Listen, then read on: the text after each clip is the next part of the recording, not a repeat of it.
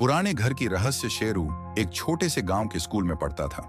उसके माता पिता शहर में काम करते थे, इसलिए वह अपने दादा के साथ गांव के एक पुराने घर में रहता था। घर बहुत पुराना था, दीवारों पर दरारें थीं, छत पर छोटे छोटे छिद्र थे। गांव के लोग कहते थे कि इस घर में एक भूत रहता है। शेरू पहले इस कहानी को मिथ्या समझता था, लेकिन कुछ दिनों बाद वह खुद इसकी सच्चाई समझ गया। एक रात जब शेरू सोने की कोशिश कर रहा था, उसने सुना कि घर के बारांदे पर कुछ चल रहा है।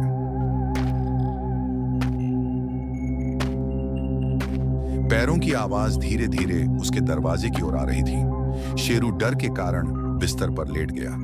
अचानक दरवाजा धीरे धीरे खुल गया, लेकिन वहां कोई नहीं था।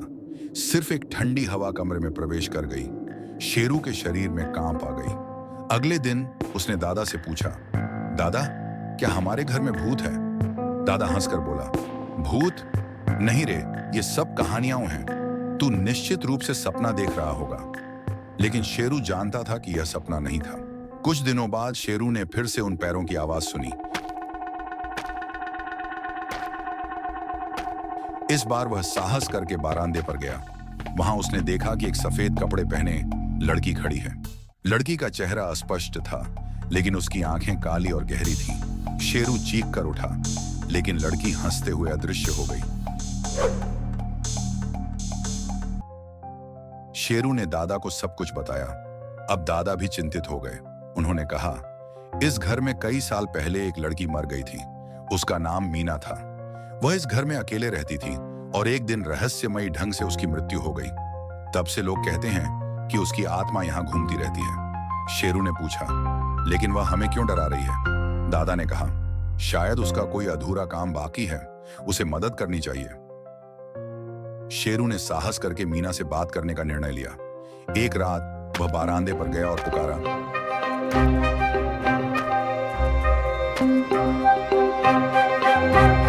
मीना, तू यहां है? अचानक ठंडी हवा चली और मीना फिर से दिखाई दी। इस बार उसका चेहरा थोड़ा सा स्पष्ट था। उसने कहा, तू मुझसे बात क्यों करना चाहता है? शेरू ने कहा, मैं तुझे मदद करना चाहता हूं। तू यहां क्यों फंसी है? मीना ने कहा, मुझे हत्या कर दी गई थी और मेरा शरीर अभी भी इस घर के बेसमेंट में दफन है। मैं शांति नहीं पाऊंगी जब तक कि मेरी हत्या का रहस्य सुलझ नहीं जाता। शेरू डर गया, लेकिन साहस करके बोला, मैं तुझे मदद करूंगा। अगले दिन शेरू ने दादा को सब कुछ बताया। वे दोनों मिलकर बेसमेंट में खुदाई शुरू कर दी। कुछ पल बाद उन्होंने एक कंकाल ढूंढ निकाला। दादा ने पुलिस को सूचित किया। पुलिस ने तहकीकात करके पता चला कि मीना को उसके चाचा ने मार डाला था, क्योंकि वह उसकी संपत्ति चाहता था। मीना के चाचा को पकड़ लिया गया और मीना के शरीर को सही ढंग से समाधिस्थ किया गया। उसी रात मीना शेरू के सपने में आई और बोली, धन्यवाद शेरू, अब मैं शांति पा गई हूं। तब से घर में कोई अजीब घटना नहीं हुई। शेरू अब शांति से रहता है और वह जानता है कि भूत प्रेत नहीं, बल्कि न्याय न मिलने का दुख ही आत्माओं को इस दुनिया में फंसाए रखता है।